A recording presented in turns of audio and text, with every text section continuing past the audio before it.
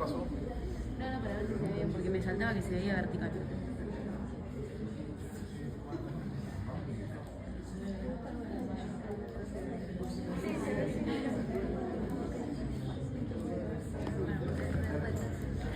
Que la mañana ya está listo.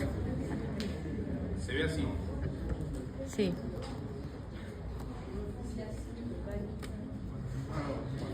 O sea, está en horizontal, pero la pantalla está... Sí, se ve bien.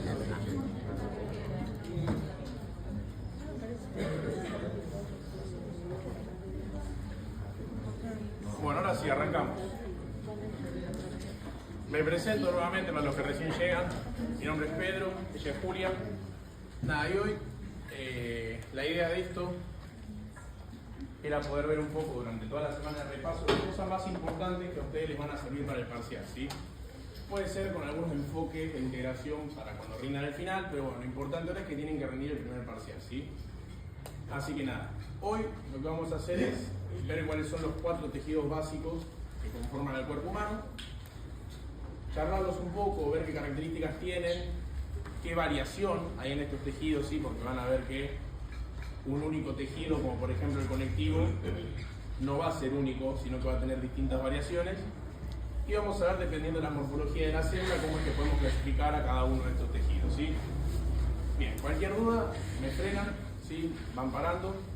La idea un poco también es ir como preguntando, a ver cómo vienen ustedes con temas de contenido y que esto sea medio recíproco, ¿sí? Así que cualquier cosa lo vamos charlando.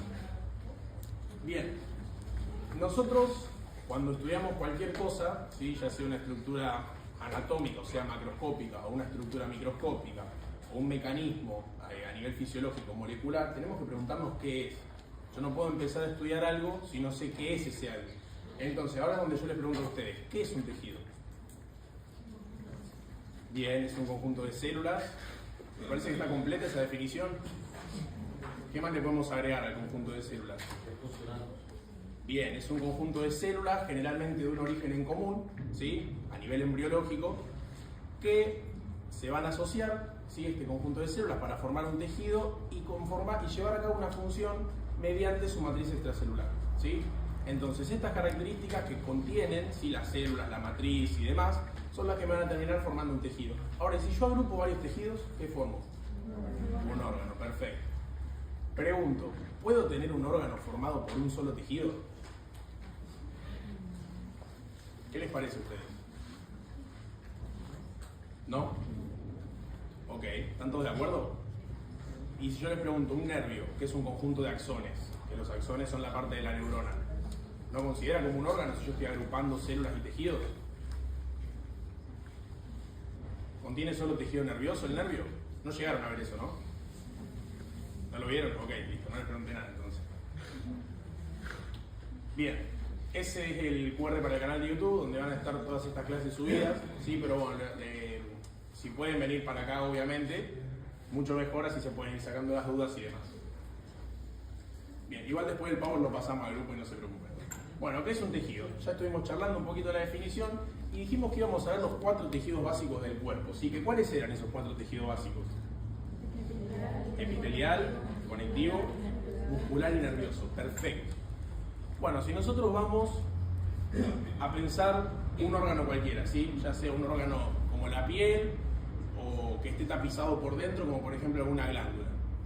¿De cuál de estos 4 tejidos tendría que empezar a hablar yo? Del epitelial. ¿Sí? ¿Por qué? Porque sabemos que es el que va a estar, ¿sí? Tanto en un órgano externo como la piel, como en un órgano hueco, revistiendo la superficie, tanto interna como externa. Por lo tanto, el epitelio es lo que a mí me va a terminar de decir cuál es la función del órgano, ¿sí? Entonces, dependiendo cuál sea el epitelio y qué características, tanto morfológicas como funcionales, cuando digo morfológica hago referencia a la forma que tenga la célula, a la forma y a las distintas características que presenta el microscopio. Entonces, en base a la morfología y a la función de la célula, ¿sí? Epitelial, voy allá a conocer el 50% del órgano que voy a estar observando, ¿sí? Es complejo al principio poder describir un órgano simplemente viendo sus células, ¿sí? Pero bueno, es cuestión de ir agarrándole el ojo como para que si en algún momento ustedes vean un preparado sepan reconocer de qué órgano se trata, ¿sí? Entonces, primero el tejido epitelial. Y si hablamos de epitelio, también lo tenemos que definir. No puedo empezar diciendo, bueno, el epitelio puede ser simple, estratificado. No. Primero tengo que decir qué es. Y una vez que digo qué es, digo y menciono cuáles son esas variaciones de tejido. Entonces, si vamos a la definición de tejido epitelial, ¿qué podemos decir? Células justapuestas. Bien, es un conjunto de células que ¿cómo están esas células? Justapuestas. ¿Qué quiere decir justapuesta? Muy pegadas. Bien, que están muy unidas, ¿sí? Casi que se superponen. ¿Hay matriz en el epitelio? Ahí va. Hay matriz, pero es muy escasa y en algunos casos, entre algunas células, es nula. O sea, que vamos a encontrar matriz.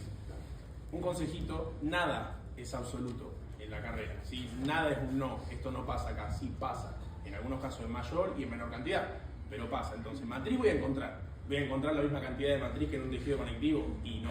Pero voy a encontrar muy poquita matriz, pero va a haber, ¿sí? Entonces, células justapuestas, con escasa o nula matriz extracelular. ¿Qué más?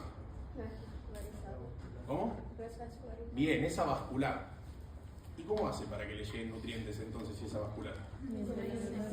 Bien, porque subyacente a él, o sea, por debajo, mediante una membrana basal, que se va a formar por distintos componentes, que lo vamos a ver también ahora, va a estar asociado a un tejido conectivo. Y este tejido conectivo, por un proceso que se llama inhibición, lo que va a hacer es terminar nutriendo al epitelio, ¿sí? Pero primero vamos por partes. Vamos a hablar sobre el epitelio, esa vascular. ¿Es anervado? O sea, que no presenta inervación propia. ¿Qué les parece? ¿Tiene fibras nerviosas el epitelio? No. Bueno, vamos a ver que no tiene fibras nerviosas, pero si yo les pregunto, estoy tocando la piel, y yo siento que me estoy tocando la piel, y sabemos que la piel, la capa más superficial, es epitelio, la epidermis es epitelio. Y si yo me estoy tocando la piel, ¿cómo sabe mi cuerpo que tengo un estímulo táctil si no está inervado el epitelio? Bien, vamos a ver que hay distintos receptores, mecanorreceptores se llaman, como por ejemplo las células de Merkel, que forman a los discos de Merkel, ¿sí? Que cuando veamos piel lo vamos a entender mucho mejor, que lo que van a hacer es percibir, ¿sí? Funcionar como receptor para recibir esta señal, y después ya veremos cuál es la vía que sigue con ese estímulo. Bien.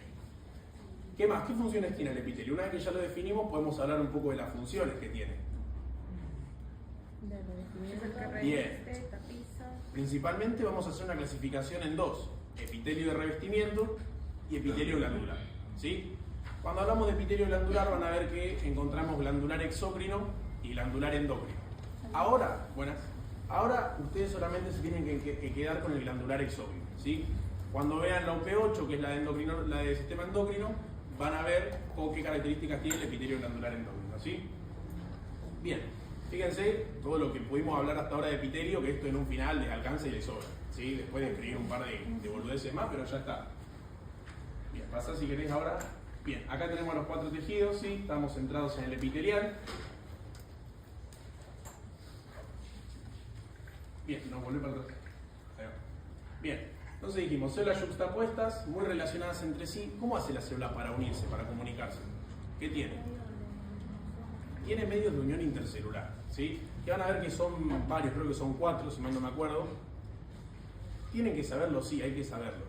Pero no es lo fundamental, ¿sí? Lo fundamental es entender al epitelio y después vemos cómo es que esas células van a estar unidas entre sí. Pero por ahora vamos por partes. Bien, forma barreras, ¿sí? Entre el organismo y su superficie. Recuerden que, creo que ya tuvieron el seminario inmuno, pero una de las primeras barreras de defensa del cuerpo humano es la piel, ¿sí? Sabemos que la piel está formada por tejido epitelial hacia más superficial y por tejido conectivo de manera subyacente, propiamente dicho y especializado, ¿sí? Bien, y ahora respecto a la morfología de la célula, ¿cómo podía ser este epitelio? Lo podíamos clasificar según la forma y el tamaño de la célula, o sea, un epitelio plano, un epitelio cúbico y un epitelio cilíndrico, y al mismo tiempo lo íbamos a poder clasificar teniendo en cuenta la cantidad de capas que presenta, ¿sí? Si tenía una sola capa, íbamos a decir que el epitelio era simple. Si tiene 2 capas, ¿cómo era? Bien, y ahí le voy a hacer una corrección.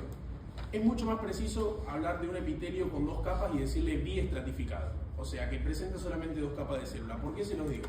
Porque cuando vean, no sé, en Nutri, glándula mamaria, van a ver que el epitelio se lo presenta como biestratificado porque solamente hay 2 capas de células. Entonces, ¿Cuándo digo que un epitelio es estratificado? Cuando tiene más de 2 capas de célula, si no cuando tiene más de una. Entonces, una sola capa de célula es epitelio simple. 2 capas, biestratificado, y si tiene más de 2, o sea 3, 4, 5, 6, lo que siga, es un epitelio estratificado. Con saber esto, yo ya voy a ir haciéndome la idea cuál va a ser la función que tenga este tejido, ¿sí? ¿Por qué? Porque si yo necesito proteger alguna estructura, algún órgano, y no me sirve de nada tener una sola capa de células. Por lo tanto, vamos a querer que ese epitelio sea estratificado, o sea que tenga muchas capas de células. ¿Para qué? Para proteger, que es una de las principales funciones que tiene el epitelio, ¿sí? La piel, imagínense si fuese un epitelio simple, no protegería nada, ¿sí? La piel es un epitelio que está muy estratificado y hasta a veces podemos encontrar una quinta capa, ¿sí? A nivel de lo que es la epidermis, que va a dar aún más protección, ¿sí? Bien, pasa si querés que ahora vamos a ir charlando un poquito de esto, ¿sí? ¿Hasta acá venimos bien? Buenísimo. Bueno, entonces dijimos que al epitelio lo íbamos a clasificar primero según la forma de la célula, ¿sí? A nivel morfológico, y después en relación a la cantidad de capas que tenga esa célula. Dijimos que si teníamos una sola capa de células, iba a ser un epitelio simple. Ahora, ¿cómo diagnostico yo que estoy viendo un epitelio simple plano?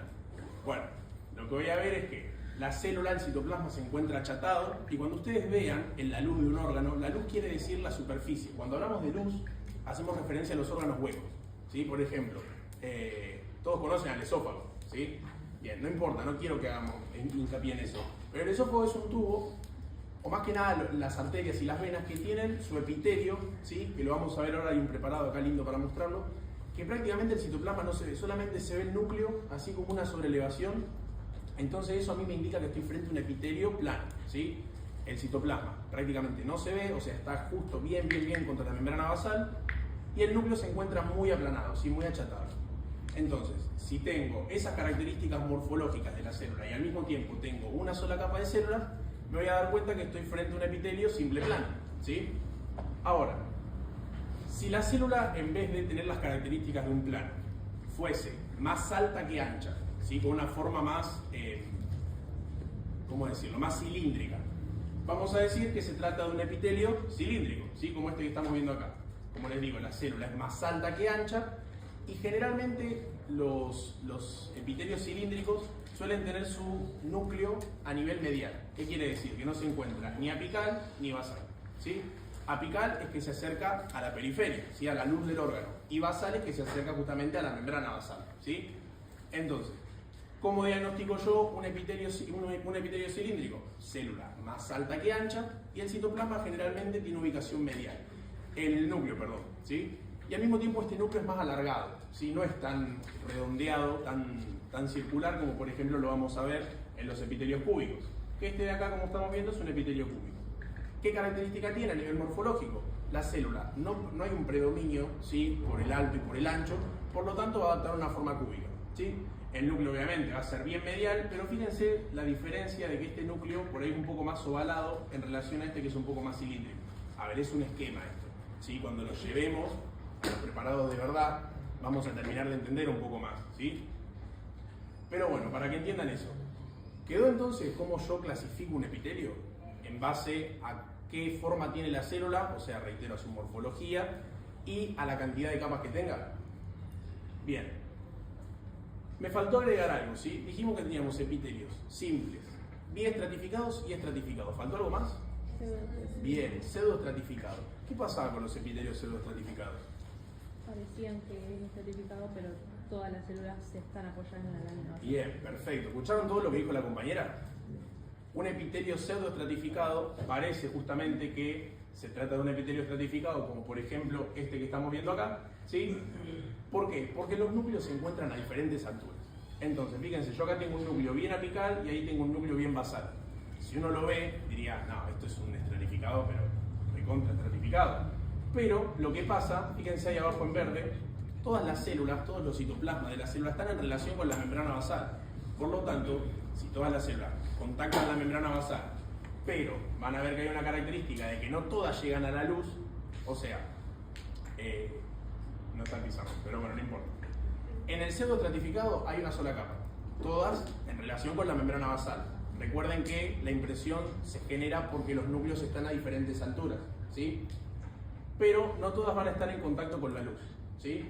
¿Por qué? Porque puede ser que haya una célula bien acá abajo y que dos que salen de al lado la terminen interrumpiendo y que no alcance la luz, ¿sí? ¿Se entiende un poco cómo va la idea del esquema? Perfecto. Bien. Dijimos, acá dice epitelio estratificado cúbico. Recuerden que no está mal, obviamente, si le dicen estratificado, aunque tenga dos capas, pero es una cuestión de tener mayor precisión, ¿sí? Y fíjense, la célula, la forma que habíamos descrito de un epitelio cúbico, donde la longitud y el ancho no iban a predominar, entonces iba a adoptar esa forma cúbica, ¿sí? Bien, ¿quedó alguna duda entonces? Hay un epitelio que se llama epitelio de transición, ¿sí? No lo tienen que saber porque es un epitelio que va a estar presente, un órgano para ejemplificarlo es la vejiga. ¿Qué pasa con los epitelios de transición? Por ejemplo, el de la vejiga lo que va a hacer es permitir que se amplíe, ¿sí?, la superficie del órgano una vez que este está lleno. La vejiga sabemos que se llena de orina. Entonces, si tengo un epitelio cúbico y estoy llenando de orina porque estoy aguantando, ¿sí?, lo que va a hacer ese epitelio cúbico es, a medida que se van extendiendo las paredes del órgano, va a terminar siendo un epitelio plano, ¿sí? Porque quiero generar mayor espacio para poder acumular más, ¿sí? Pero bueno, sepan que ese es un epitelio de transición. No es un epitelio que puede ser, por ejemplo, cúbico y que para poder expandir las paredes del órgano, lo que va a hacer es transformarse en plano, ¿sí? Simplemente eso. ¿Sí? Bueno, miren acá. Si yo les pregunto, ¿qué estamos viendo acá? ¿Ustedes qué me contestan? Bien, ¿están todos de acuerdo que solo estamos viendo un epitelio cilíndrico simple? ¿Todos de acuerdo? ¿Y acá abajo qué tengo? Ah, ok. Entonces, estamos viendo un corte histológico, ¿sí? Recuerden que los preparados se clasificaban en corte histológico, extendido, frotis, impronta, ¿sí? Entonces, estamos viendo un preparado histológico, ¿sí?, un corte histológico con tinción de hematoxilina y eosina. Recuerden que esta tinción le decimos que es una bicrómica de rutina, ¿sí? Existen otros tipos de tinciones, como por ejemplo tricrómica de Mason, Sudán para teñir los lípidos, ¿sí? Pero bueno, cuando la pantalla no le hace justicia. Acá... Si llegan a ver todos bien, porque si lo ven en la compu, fíjense que se ve de otra manera. Acá está mucho más bello. Bien, ¿qué pasa? Tenemos este epitelio y dijimos cilíndrico simple. ¿Cómo me doy cuenta? Fíjense que las células son más altas que anchas y los núcleos son bien ovalados. En este caso, no todos se encuentran a nivel medial, pero este, por ejemplo, sí, estos dos de acá están acá también. Dijimos que la tinción era hematoxilina eosina. Y acá yo solamente estoy viendo los núcleos que están de color violeta, ¿sí? Nada más que no se llega a apreciar acá. Pero si yo estoy viendo violeta y rosa, a mí, reitero, me indica que estoy frente a una micrómica de rutina, hematoxilina eosina. Pero ¿por qué los colorantes van a captar esas estructuras de la célula? Por ejemplo, ¿por qué la hematoxilina va a captar al núcleo? Por el ácido. Bien, ¿la hematoxilina es un colorante ácido o básico? Básico. Y si es básico, ¿por quién tiene afinidad? Por lo ácido. ¿Y en el núcleo qué tiene? Ácidos nucleicos. Entonces, si yo tengo una célula que tiene abundante síntesis proteica, por lo tanto, va a tener muchísima transcripción, ¿sí? ¿Qué me va a decir esto? Que dentro del núcleo voy a tener muchísimo ARN, que el ARN es un ácido nucleico, entonces lo voy a ver bien violeta, ¿sí?, bien basófilo. Entonces, fíjense cómo yo simplemente, viendo que el núcleo es bien violeta y que se ve muy coloreado con la hematoxilina, me puedo llegar a dar cuenta de que es una célula que sintetiza mucha proteína. ¿Todos entienden el porqué? ¿Sí? Buenísimo. Ahora, el citoplasma, en este caso lo estamos viendo rosado. ¿Gracias a quién? ¿Quién aportaba el rosado en este caso? La eosina. ¿Y la eosina era un colorante de qué tipo? Ácido. ¿Que tenía afinidad por estructura de qué tipo? Básica. Perfecto. Pasa lo contrario, ¿sí? Van a ver que en algunos casos pueden encontrar gránulos dentro de las células, ¿sí?, que van a ser como puntitos, que generalmente son gránulos acidófilos. ¿Qué quiere decir esto? Que la célula lo que está haciendo es empaquetar proteínas para posteriormente liberarlas al medio extracelular, ¿sí? Entonces, si yo sé que si voy a sintetizar proteínas para el medio extracelular, voy a tener abundante transcripción a nivel nuclear. ¿Por qué? Porque quiero generar ARN a partir de ADN para poder enviarlo al ribosoma del retículo endoplasmático rugoso para que posteriormente se sintetice la proteína, el Golgi la empaqueta y la libera, ¿sí? Eso se llama sistema endomembrana.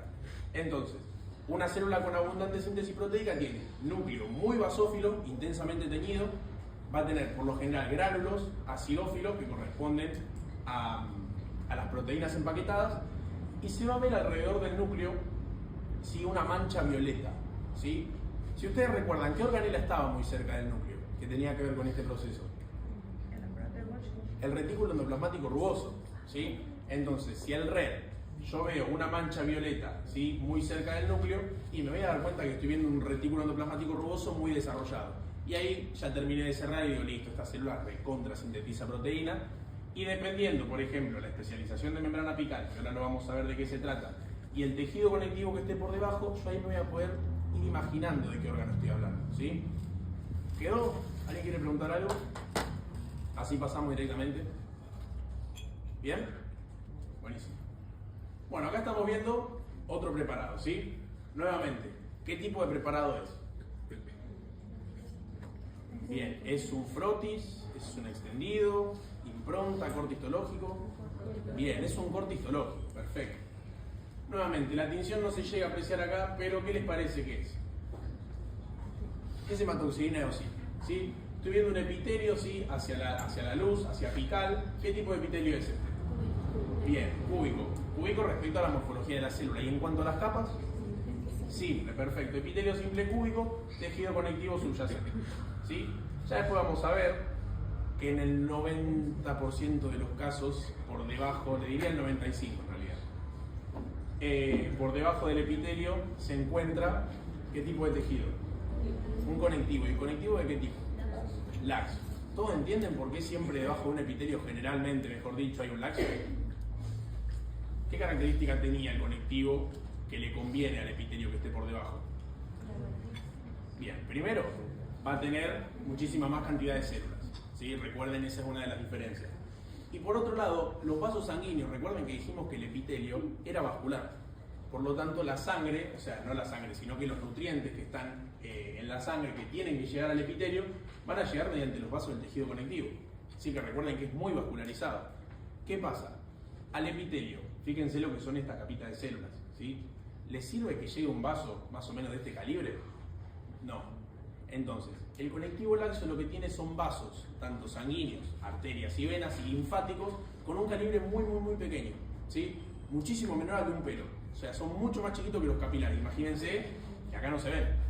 Entonces, por eso es que se necesita generalmente por debajo un conectivo laxo debajo del epitelio, ¿sí? Buenísimo. Y acá lo que les decía yo. Esto que estamos viendo acá, ¿sí?, es un vaso sanguíneo. Y fíjense, ahí tengo el núcleo de una célula, ¿sí? Si esto es la luz, recuerden que recubriendo la luz íbamos a tener al epitelio, ¿sí? Entonces ahí tengo un núcleo, ahí tengo otro núcleo, acá otro, acá otro, acá otro. ¿Qué epitelio es este que estamos viendo acá?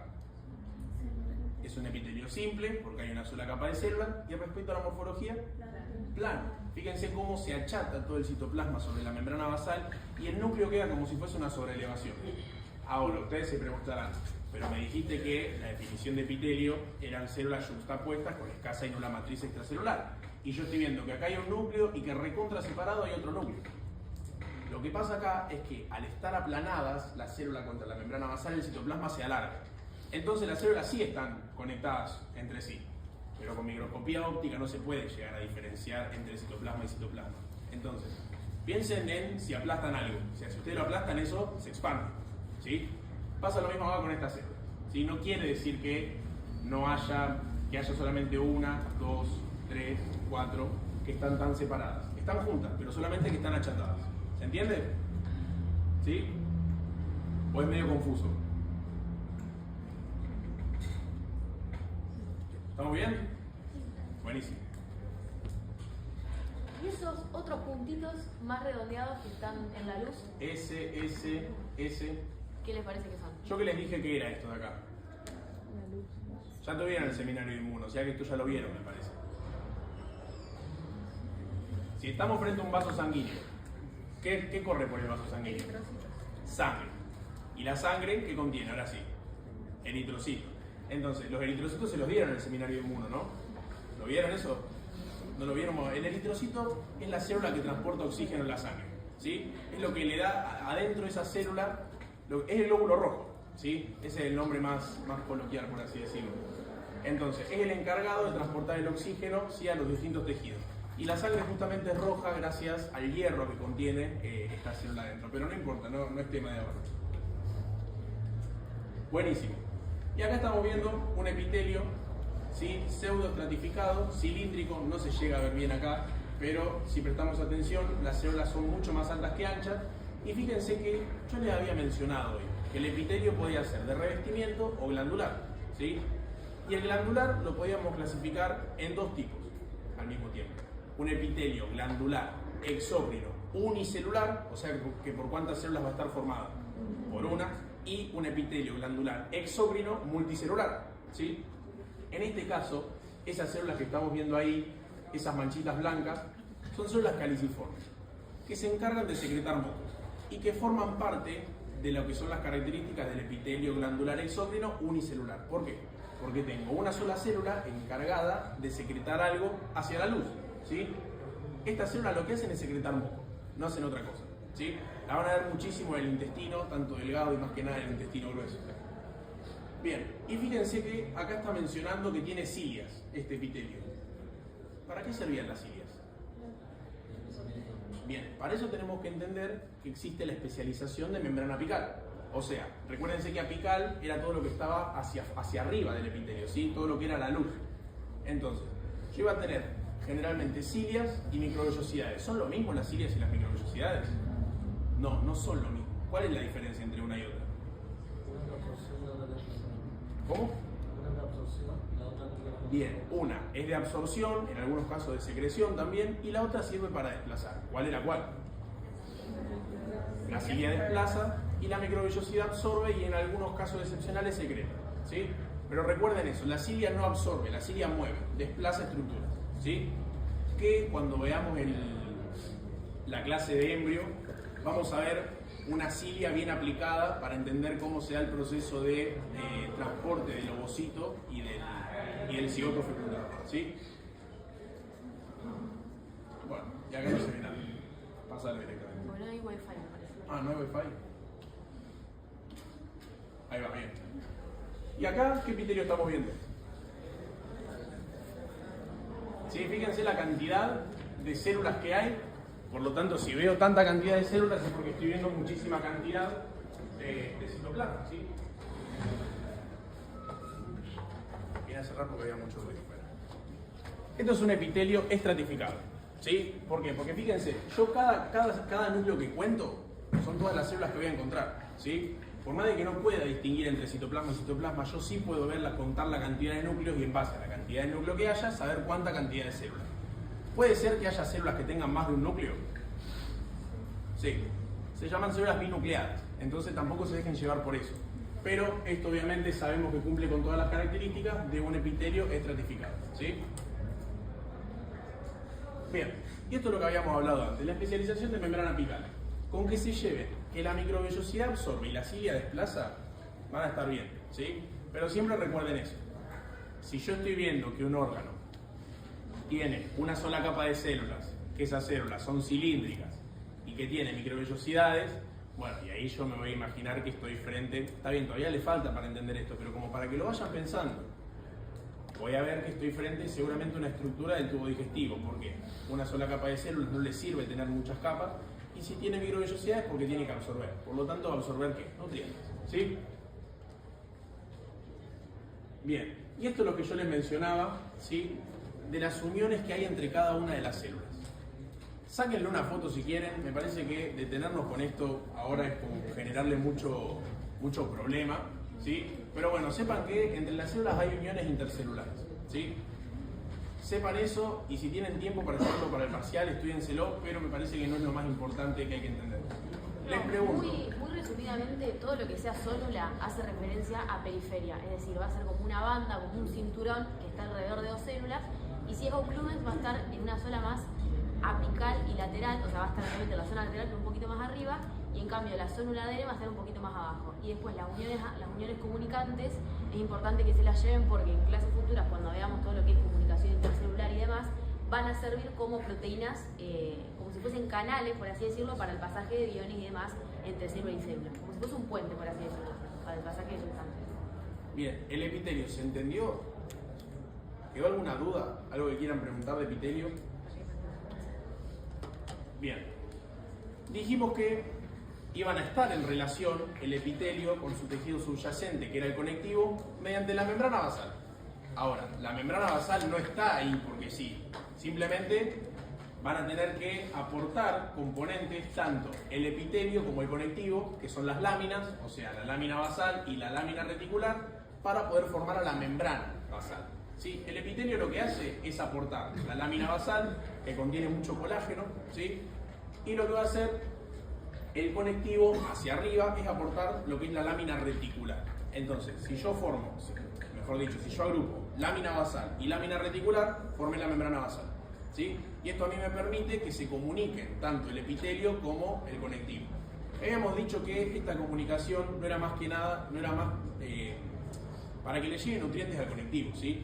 Y para que todos esos procesos que hace el tejido epitelial, de metabolismo, de formación de desechos y demás, también tienen que volver. Y recuerden, cuando vieron circulación mayor y menor en anato, la sangre llega por la arteria y vuelve ¿por qué? Por la vena, ¿sí? Entonces, no va a haber solo vasos arteriales que van a llegar al epitelio, sino que va a haber también vasos venosos que hacen que la sangre vuelva. Pero recuerden que son vasos muy chiquitos y que prácticamente no se ven, ¿sí? Bien. Y esto es lo que le decíamos del epitelio glandular exócrino, ¿sí? Todos estos que estamos viendo acá son glándulas. Tienen que saberse cuáles son las características de todas estas glándulas, no de memoria. O sea, si yo les digo que estoy viendo una glándula tubular simple y estoy viendo un tubo, ¿sí? Que es esta porción de acá, y su porción secretoria, ¿cómo se llamaba? ¿Alguien sabe? ¿Cómo? Adenómero, perfecto.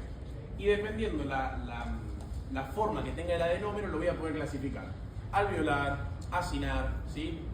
Cuando vayan viendo todas las estructuras, los órganos que van a ir viendo a lo largo de la carrera, van a decir, el páncreas tiene glándulas túbulo-acinares, ¿sí? Pero bueno, no, es medio imposible aprenderse todo esto si todavía no lo vieron con ejemplos, ¿sí? Entonces, tengo un solo tubo, ¿sí? Es tubular simple. Tengo varios tubos, es tubular simple ramificada, ¿sí? ¿Por qué tubular simple aunque esté ramificada? Porque acá voy a ver, ¿sí? Que de cada una de las ramificaciones van a salir otras más. Entonces, esto es una tubular compuesta. Llévense que la porción secretoria es el adenómero y que todas las células van a liberar su secreción a esta parte de la glándula, ¿sí? Llévense eso. Y que dependiendo de la cantidad de tubos, ¿sí? Que van a permitir la excreción de la secreción, la vamos a clasificar en tubular simple, compuesta, ramificada, ¿sí? ¿Se entiende? Buenísimo. Bueno, y ahora sí, volvé para atrás. Tejido conectivo. Ya terminamos con epitelio. Ahora, el conectivo. ¿Qué podemos decir de este tejido? Dijimos que siempre antes de hablar de algo lo tenemos que definir. Entonces, así como definimos al epitelio, tenemos que definir al conectivo. ¿Y cómo lo definimos a este tejido? ¿Cómo dicen ustedes, esto es un tejido conectivo y no un epitelio, por ejemplo? Primero, ¿va a haber escasa o nula matriz extracelular entre las células de conectivo? No, va a haber muchas, ¿sí? ¿Qué va a participar? ¿En qué funciones participa? ¿Secreta? ¿Absorbe? No, ¿sí? Va a proporcionar sostén, va a proporcionar nutrición a otros tejidos como el epitelio, ¿sí? Entonces, el tejido conectivo no es más que un conjunto de células con abundante matriz extracelular, ¿sí? Que va a participar en funciones como protección, sostén, ¿sí? Nutrición a otros tejidos, y por eso yo les decía al principio que recuerden que es un tejido que está muy vascularizado. Al estar tan vascularizado, una de sus funciones va a ser nutrir por inhibición, como les había mencionado, por ejemplo, al epitelio, ¿sí? Ahora, al conectivo nosotros lo íbamos a clasificar en cuántas clasificaciones podíamos hacer respecto al conectivo. Primero, lo íbamos a clasificar en propiamente dicho y en especializado. ¿Eso se lo acuerdan? Bien. Ahora, pasa si querés de un poquito. Bien.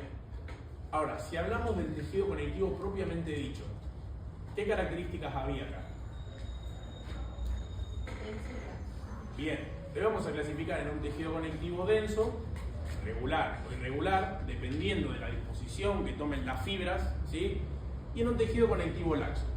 Hay diferencias entre cada uno de estos tejidos. Por ejemplo, el tejido conectivo laxo no va a tener poquitas células, o sea, la relación y la proporción entre células, matriz y fibras, ¿sí? No va a ser muy distinta. En cambio, si hablo de un tejido conectivo denso, yo voy a ver que va a haber escasa célula y muchísima matriz extracelular con las distintas fibras, ¿sí? ¿Por qué pasa esto? Porque si estoy en un tejido que necesita, como por ejemplo la dermis bien basal, o sea, la dermis reticular, que lo que va a hacer es proteger, y no le sirve tener muchas células, le sirve tener mucha matriz, ¿sí? Entonces eso es lo que me va a decir, acá estoy frente a un denso, acá estoy frente a un laxo. Y dependiendo las características que tome cada una, ¿sí? de esta morfológicamente hablando, ¿no? La célula, vamos a decir si es regular o irregular. O sea, si las fibras colágenas y la matriz, la fibra mejor dicho, las encuentro ordenadas, ¿sí? Todas dispuestas de manera ordenada, estoy hablando de un tejido conectivo denso regular. Ahora, si lo que son las fibras las encuentro sin un orden, ¿sí? Todas dispersas y no siguen un patrón, estoy hablando de un tejido conectivo denso irregular. ¿Sí? ¿Se entiende eso? Bien. Perfecto. A mí lo que me interesa es que se lleven estas células que tienen tejido conectivo, ¿sí? Fibroblastos. ¿Alguien sabe cuál es la función de un fibroblasto? Dijimos que el conectivo tiene muchísima matriz extracelular. Alguien tiene que sintetizar la matriz extracelular. Bueno, el que sintetiza la matriz es el fibroblasto, ¿sí? Que este fibroblasto lo que puede pasar es que se inactive a fibrocito, que es como que entra en una fase de reposo esta célula, ¿sí? Pero nuevamente puede volver a reactivarse el fibroblasto para seguir sintetizando matriz extracelular. Pero del conectivo propiamente dicho me interesa que se lleven a los fibroblastos, ¿sí? Que van a sintetizar las fibras que van a aportar esta función al tejido conectivo, ¿sí? Recuerden que teníamos fibras de tres tipos. Teníamos fibras colágenas, fibras reticulares y fibras elásticas, ¿sí? Estas tres fibras, las más importantes que tienen que conocer son las colágenas porque es donde más van a estar dispersas en todos los tejidos. A ver, van a encontrar órganos donde hay fibras reticulares o fibras elásticas, pero por ahora hagan mucho foco en las colágenas. ¿Tengo que saber cuáles son todos los tipos de colágeno? No hace falta, no se lo acuerda a nadie cuáles son todos los tipos de colágeno, ¿sí? Pero sepan que el colágeno es una proteína, ¿sí? Por lo tanto, si dijimos que el epitelio tiene el conectivo, tiene abundantes fibras en su matriz, yo voy a saber que el fibroblasto, una de sus principales funciones es la síntesis proteica, ¿sí? Por lo tanto, en un fibroblasto, ¿qué organelas voy a encontrar desarrolladas? Dijimos, si sintetiza una proteína como el colágeno y la libera al medio extracelular, ¿cuál va a ser? ¿Cuáles van a ser estas organelas que tengan muy desarrolladas? Bien, el Golgi, pero antes del Golgi, el RER, ¿sí? ¿Por qué? Recuerden que a todo esto nos remontamos primero al núcleo, que lo vamos a ver bien basófilo, posteriormente vamos a ver un RER muy desarrollado y al mismo tiempo un Golgi que también está muy desarrollado, ¿sí? Esto para permitir la liberación de la proteína al medio extracelular, como el colágeno, ¿sí? Bien, y dijimos que lo íbamos a clasificar en propiamente dicho, ya hablamos del laxo y el denso, y al mismo tiempo en tejido conectivo especializado, ¿sí?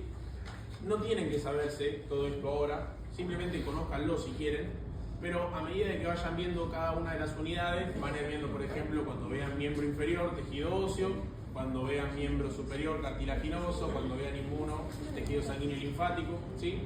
Pero ahora quédense solamente con esto de acá, laxo y denso. ¿Por qué hablamos de laxos y por qué hablamos de densos? ¿Y por qué cuando hablamos de densos podemos hablar de regulares y de irregulares? ¿Sí? Bien. Este de acá, ¿qué les parece a ustedes? ¿Qué estamos viendo? Nuevamente, es un corte histológico con tinción hematoxilina y eosina. ¿Sí? Esto para un final es re importante, chicos, porque si usted es un docente de histo les pregunta, bueno, ¿cómo diagnosticás un preparado? Bueno, primero voy a ver de qué preparado se trata. Pueden ser tal. Si es un corte histológico, la tinción de rutina más frecuente es la hematoxilina y eosina. ¿Por qué hematoxilina y por qué eosina? ¿Sí? Entonces siempre partamos de esa base. Ahora, si yo estoy viendo una matriz muy acidófila y células con núcleos muy basófilos, ¿sí? Y estoy viendo poquitas células y dijimos que el tejido conectivo denso tenía mucha o poca célula. Poca.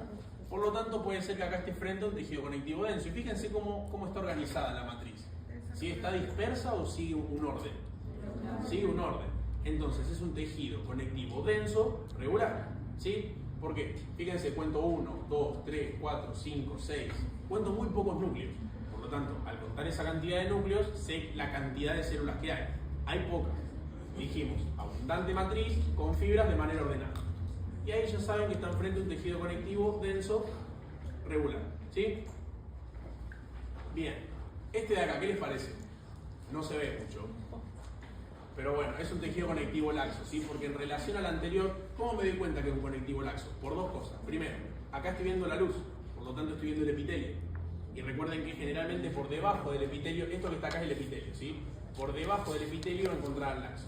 Entonces, la cantidad de células que hay y en relación, y que se encuentra hacia adyacente, o sea, hacia arriba, en relación con el epitelio, ya me di cuenta que estoy frente a un tejido conectivo laxo. ¿Todos entienden cómo hacer esta asociación de diagnóstico de un tejido? ¿Sí? ¿Alguien quiere preguntar algo? ¿Seguimos? Bien. ¿Y acá qué tenemos? Tejido conectivo. Bien, un tejido conectivo, ¿qué les parece? ¿Es denso o es laxo? Denso y regular. Denso. Fíjense, cuento un núcleo ahí, otro ahí, otro ahí, otro ahí. Acá prácticamente ni los veo. Entonces recontra denso, ¿sí? ¿Y las fibras cómo están? ¿Están ordenadas? ¿Están desordenadas? Están desordenadas. Por lo tanto estoy frente a un tejido conectivo denso y regular, ¿sí? ¿Y acá qué les parece? Fíjense, todos esos puntitos negros son núcleos. Y en relación al preparado anterior, que prácticamente ni siquiera había núcleos, y esto me puede indicar que estoy frente a un tejido conectivo laxo, ¿sí? ¿Por qué? Porque estoy viendo varias cantidades de células, ¿sí? Por ejemplo, esta que estamos viendo acá, las tienen que conocer, que son las células que forman la última capa de la piel, ¿y cuál era? La hipodermis. ¿Y cómo estaba formada la hipodermis? Por tejido adiposo. Y al microscopio óptico, por tinción de rutina, ¿qué pasaba con el tejido adiposo? Bien, ¿por qué no se ve el tejido adiposo con microscopio óptico y tinción de rutina?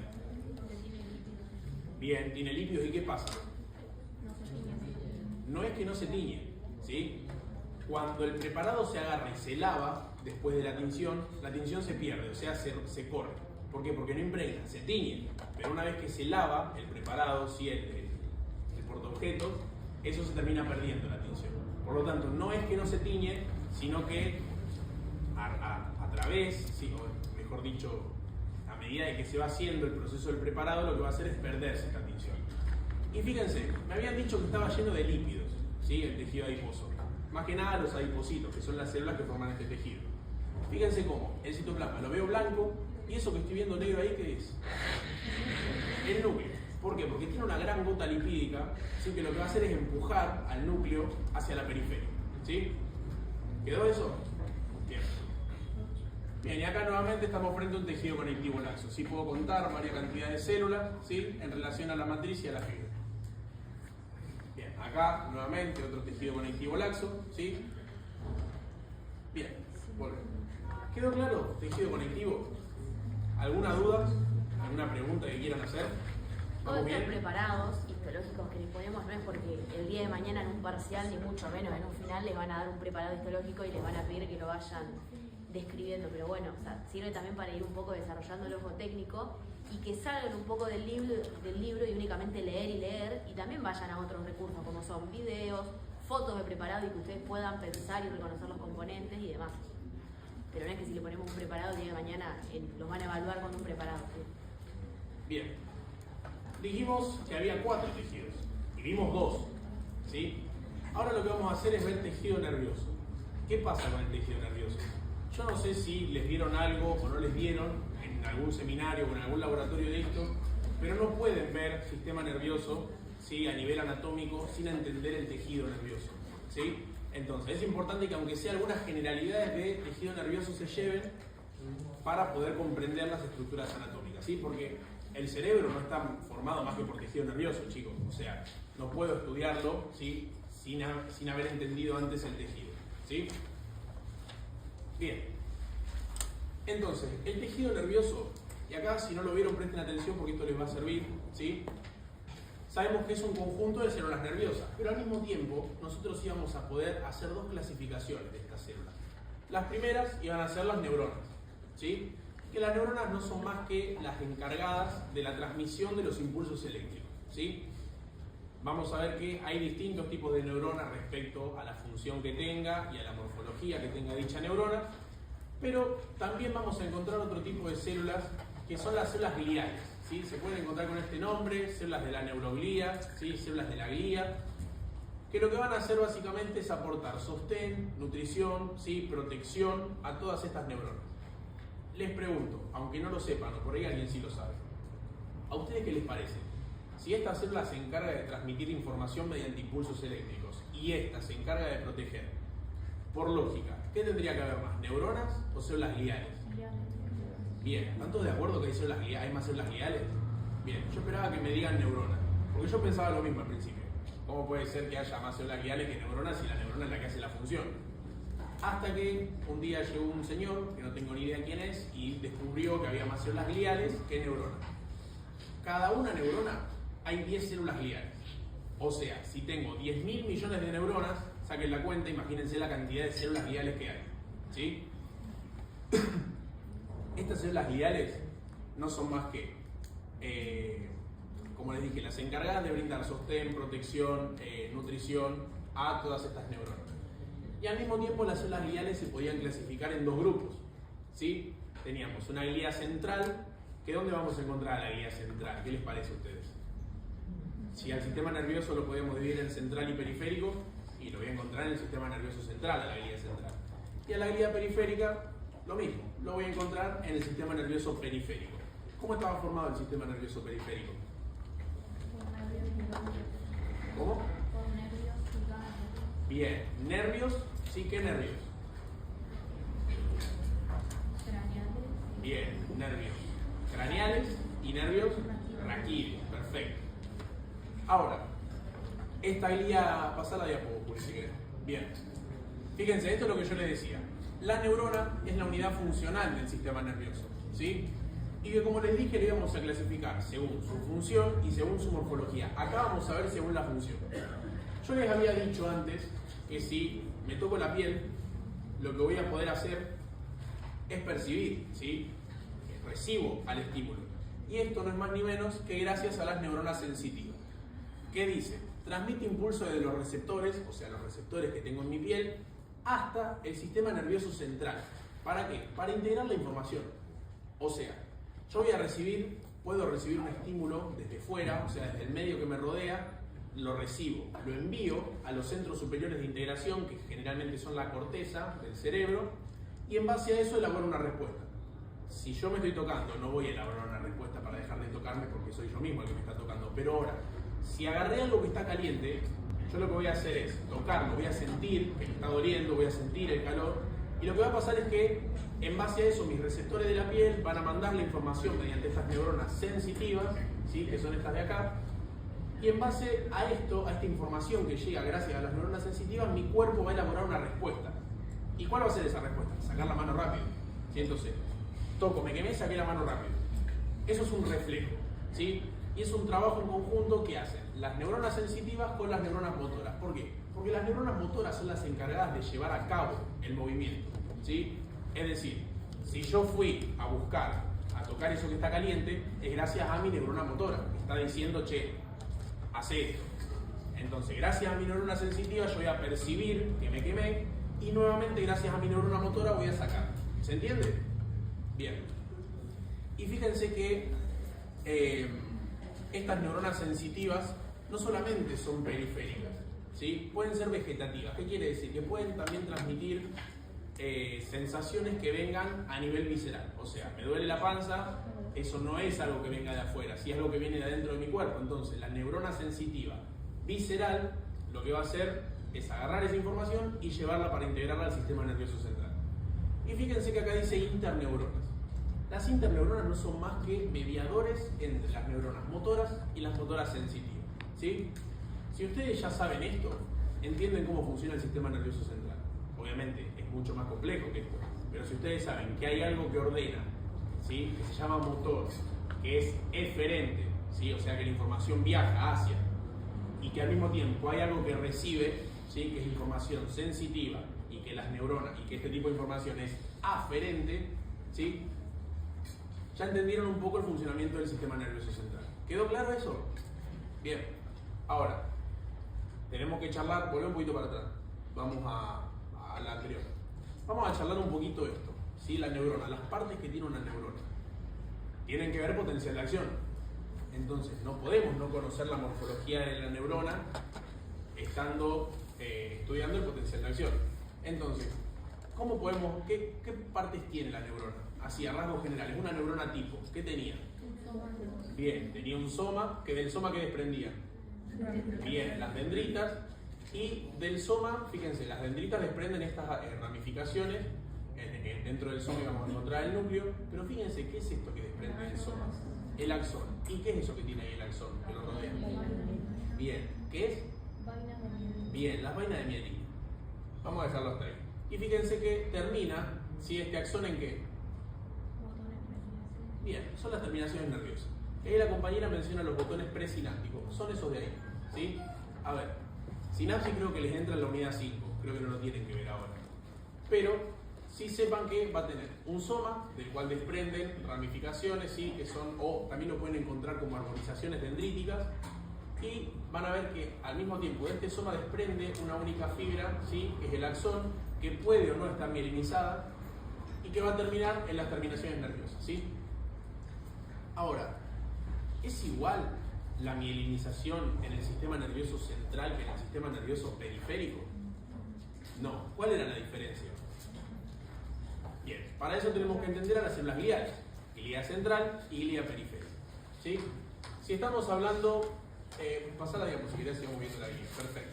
Glía central y glía periférica, ya lo charlamos, pero quiero que vayamos a ver bien cada una de las células. De la glía periférica, la que más me interesa que sepan, y no pueden no saberla, son las células de Schwann, ¿sí? Que las células de Schwann, como ustedes ya me dijeron, ¿qué hacía? ¿Qué función tenía? Bien, va a mielinizar axones, ¿sí? ¿Qué quiere decir mielinizar? Va a venir una célula de Schwann, se va a envolver, o sea, se va a plegar alrededor del axón, y lo que va a hacer es generar espacios entre cada uno de los axones, y volver para atrás. Fíjense cómo acá tengo una célula de Schwann que se plegó sobre el axón y me quedan espacios, ¿sí? Entre cada una de las células. ¿Cómo se llaman estos espacios? Bien, nódulos de Rampier. No se los olviden porque es acá donde el potencial de acción va a ser ta, ta, ta, ta. Esto se llama potencial de acción saltatorio. ¿Para qué sirve? Para que el impulso eléctrico se transmita más rápido. ¿Saben de cuánto es la velocidad de transmisión del impulso eléctrico? 120 metros por segundo. ¿Sí? O sea que en un segundo recorre más de una cuadra.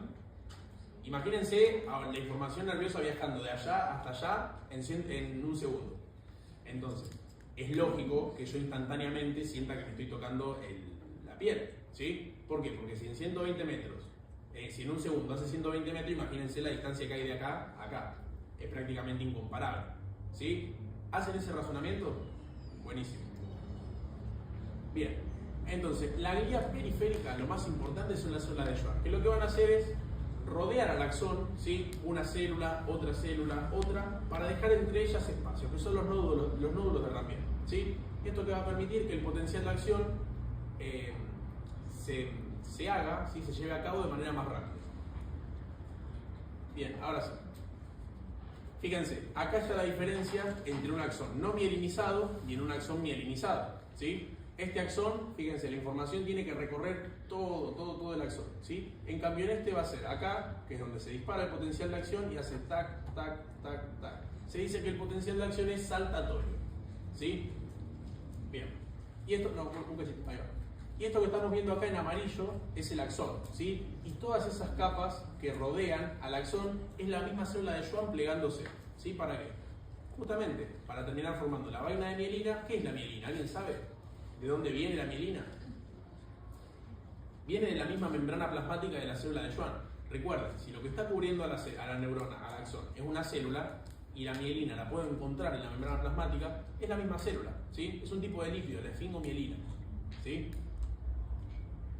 Bien. Hasta acá, ¿alguna pregunta? Los veo muy callados. ¿No quieren preguntar nada? ¿O no están entendiendo directamente? Bueno, pero aprovechen, en serio, porque si ustedes, yo pregunto, si tienen dudas, me dicen que sí, yo doy por hecho de que ya lo van entendiendo. Pero en serio, si tienen preguntas, anímense. Sí. ¿La producción de mielina a nivel central y periférico es diferente? Sí, es diferente. A eso vamos ahora.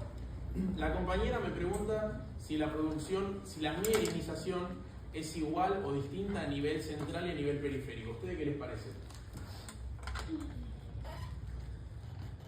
¿Les parece que es igual, que es distinta? Bueno, es distinta. ¿Por qué? Porque dentro de lo que es la glía central vamos a encontrar, pasada al oligodendrocito, por ejemplo. Ahí va. Vamos a encontrar estas células que son los oligodendrocitos, que son esas que estamos viendo acá. Esto es una neurona, y este oligodendrocito lo que va a hacer es emitir prolongaciones que viajen hasta el axón y ahí mielinizarlo. ¿Cuál es la diferencia? Un mismo oligodendrocito puede mielinizar varios axones, ¿sí? En cambio, una sola célula de Schwann va a mielinizar una parte del axón, ¿sí? Entonces, una parte deja un espacio, otra parte deja otro espacio, y en cada una de esas vainas que vemos de mielina en el sistema nervioso periférico es una única célula.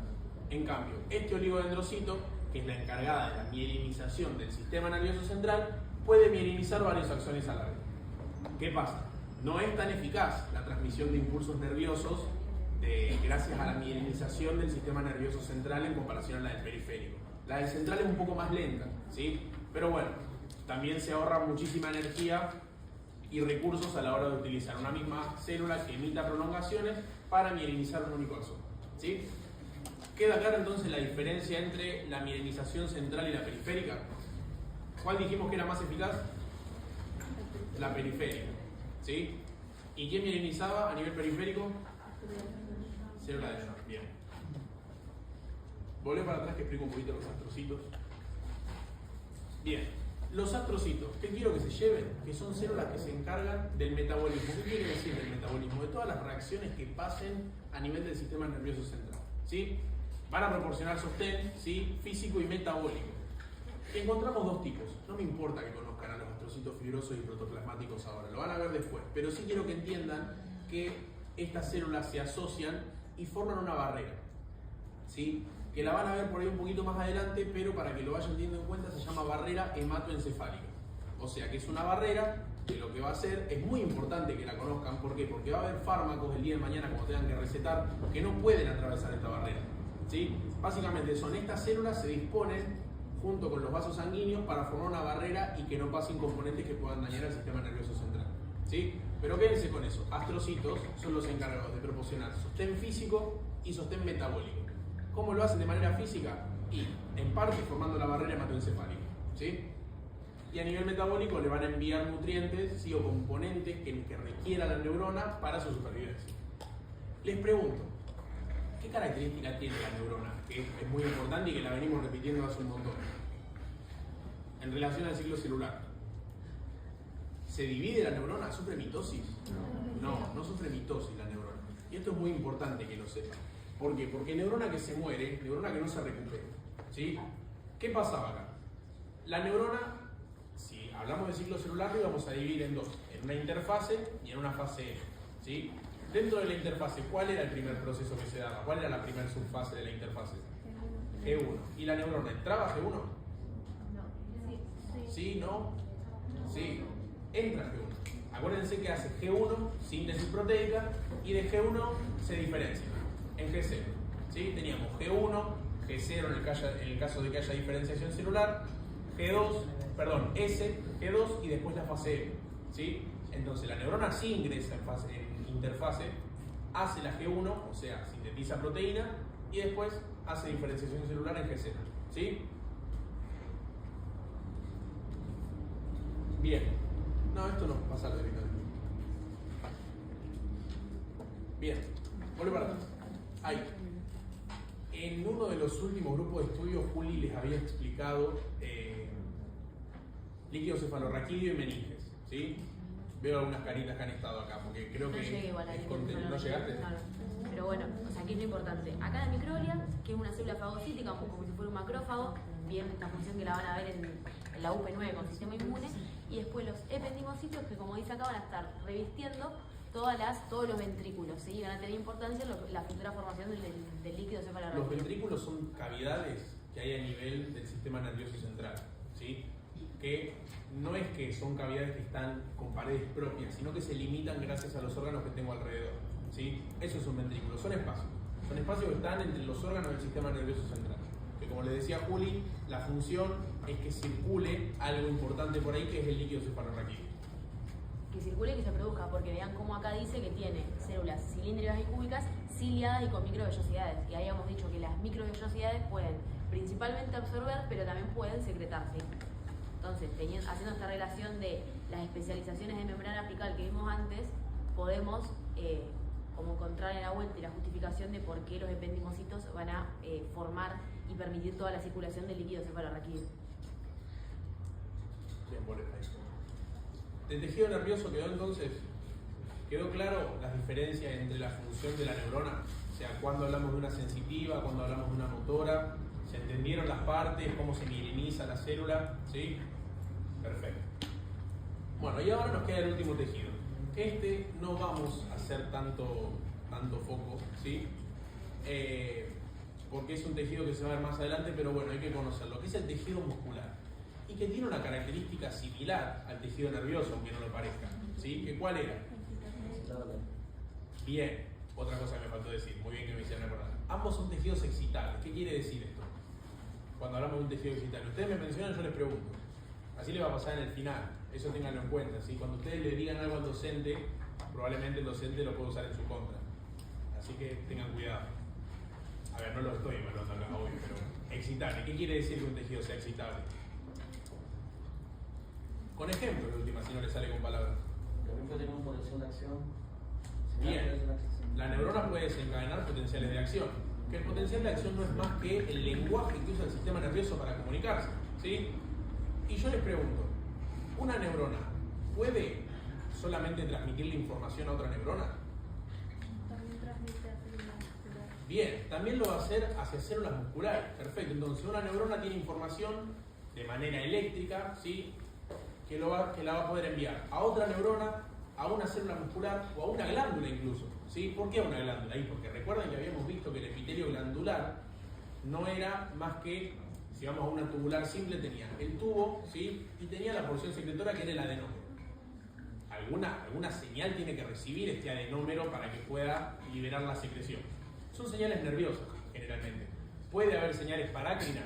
Sí. ¿Puede haber señales endócrinas? También. Pero generalmente son señales nerviosas. Entonces, son dos tejidos excitables. El muscular, ¿por qué? Porque se contrae. ¿Sí? Para que el músculo se contraiga, necesita de las neuronas. No son dos tejidos que funcionan de manera aparte. ¿Sí? No lo vamos a ver ahora porque es tema de contracción muscular, pero sí para que entiendan esto. Ahora, ¿qué otra característica cumple el tejido o similitudes que haya entre el tejido nervioso y el tejido muscular?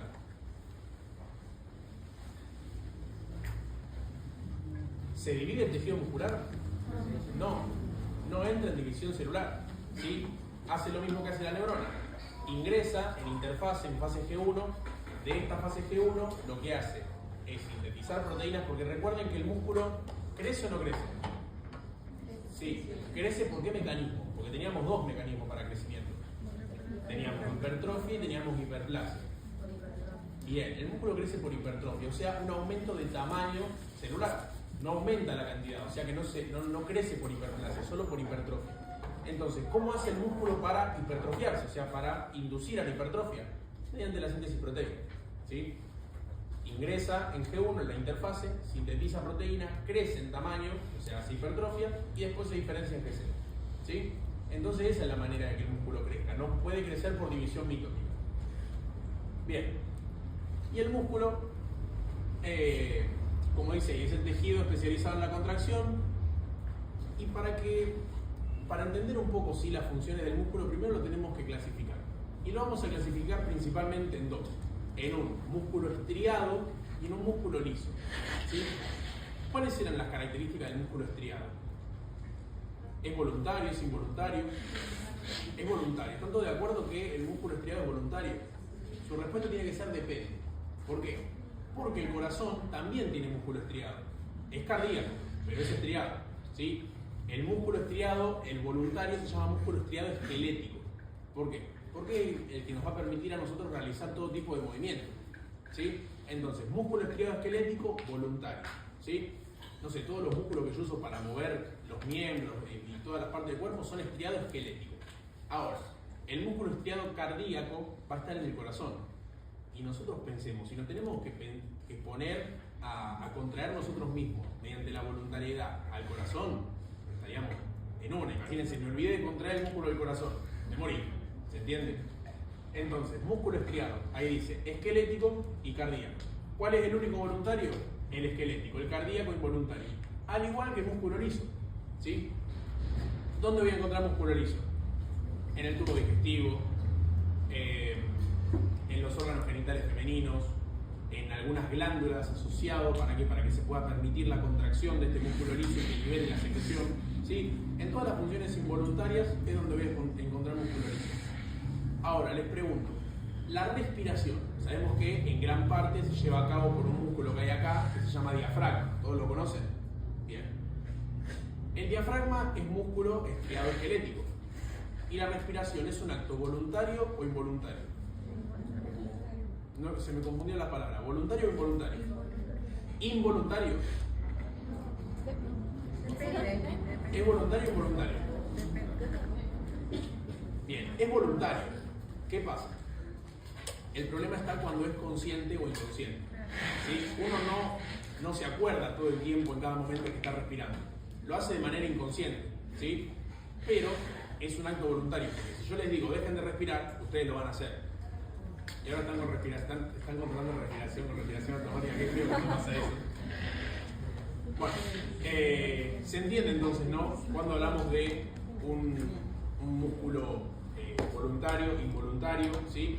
¿De qué depende que tenga estrías? ¿Sí? No vamos a hacer tanto foco en el músculo esquelético, pasó una diapositiva si querés. Bien, hay otra más adelante, esa. Bien, esto es lo que le decía. Dos cositas le digo de cada uno, más que nada el estriado esquelético. Fíjense, todas esas estrías que vemos en el citoplasma es lo que lo hace justamente estriado, ¿sí? Y lo que tiene el músculo estriado, principalmente vamos a hablar del esquelético, es que hay muchas de las organelas que dejan de recibir el nombre que nosotros estamos acostumbrados a escuchar. Por ejemplo, el citoplasma no se va a llamar citoplasma y se va a llamar sarcoplasma, ¿sí? El núcleo, la membrana plasmática, perdón, se va a llamar sarcolema, ¿sí? Entonces, vamos a decir que el músculo estriado esquelético tiene células multinucleadas, ¿sí? Y que se encuentran subsarcolémicos, o sea, por debajo del citoplasma. Fíjense, acá tengo citoplasma, ¿sí? Por debajo al núcleo de la célula, ¿sí? Por eso digo que es subsarcolémico. El retículo endoplasmático liso se va a dejar de llamar así y se va a llamar retículo sarcoplásmico, ¿sí? ¿Por qué? Porque tiene una función muy importante en lo que es la contracción del músculo, ¿sí? ¿Por qué? Porque almacena calcio, recuerden eso. Si una de las funciones del RED era el almacenamiento de calcio, va a estar muy desarrollado, ¿sí? ¿Y qué les parece? ¿Va a tener un retículo endoplasmático rugoso muy desarrollado el tejido muscular? ¿Sí? ¿No? ¿Qué les parece? Las proteínas que sintetiza, ¿a dónde van destinadas la mayor cantidad? ¿Al medio intracelular o al medio extracelular? Al medio intracelular. Por lo tanto, más que retículo endoplasmático rugoso, voy a ver muchos puntitos, si bien basófilos en la célula, que a mí lo que me va a indicar es que estoy frente a ribosomas libres muy desarrollados. ¿Por qué les digo esto? Porque si yo sé que el ARN, que es un ácido nucleico, viaja hasta el ribosoma, ¿sí? Va a haber mucha concentración de ácidos nucleicos en muchos ribosomas muy desarrollados en el citoplasma. ¿Me siguen? Bien. Entonces, con la hematoxilina, lo que voy a llegar a lograr ver es muchos puntitos violetas a nivel del citoplasma, ¿sí? ¿Por qué? Porque me doy cuenta que tiene muchísima capacidad de síntesis proteica para uso intracelular. Recuerden, el músculo crece por hipertrofia, no crece por hiperplasia. Por lo tanto, la síntesis proteica para uso intracelular es muchísima, ¿sí? Y otra organela más que va a tener muy desarrollado, como dice acá, son las mitocondrias. ¿Por qué les parece? ¿Qué función importante, que es súper distintiva, tiene la mitocondria? Bien, produce energía. ¿En forma de qué? De ATP, muy bien. Bien, volvé para atrás, que le explico. Bien, esto que estamos viendo acá, para que nos llevo. Bien, ya me di cuenta. Esto es un músculo estriado esquelético, ¿sí?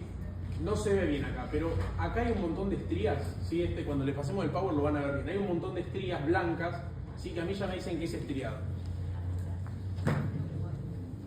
Ahí va. ¿Se nota?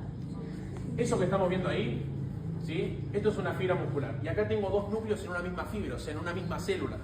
Si yo les dije que el músculo estriado esquelético era multinucleado, o sea, que en una misma célula encuentro varios núcleos, ¿sí? Como por ejemplo acá, y que el núcleo estaba subsarcolémico, o sea, por debajo del sarcoplasma, que era la membrana plasmática, y veo todas estas estriaciones, me estoy dando cuenta que es un músculo estriado esquelético. ¿Sí? Fíjense cómo no tuvieron que ir al libro para poder saber con las referencias qué tejido estoy viendo, sino que con el mismo conocimiento y teniendo tres características que son las estriaciones, muchos núcleos en una misma fibra y la disposición de los núcleos, ya saben qué tipo de músculo es. ¿Sí? ¿Todos entendieron eso? Perfecto. No. Bien. ¿Alguna duda de todo esto? ¿Cómo estamos? Bien. ¿Estamos? Bueno, estamos. ¿Nadie quiere preguntar nada? ¿No hay ninguna duda, ninguna pregunta? ¿Estamos bien? Bueno, nos vemos a las 2 en un ratito en el Anfi Central para ver química, sí, ácidos nucleicos. Así que en un ratito nos vemos allá.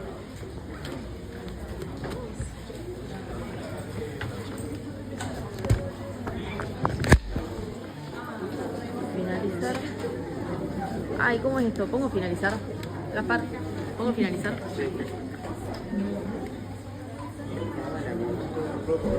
¿Acá qué pongo? Finalizar.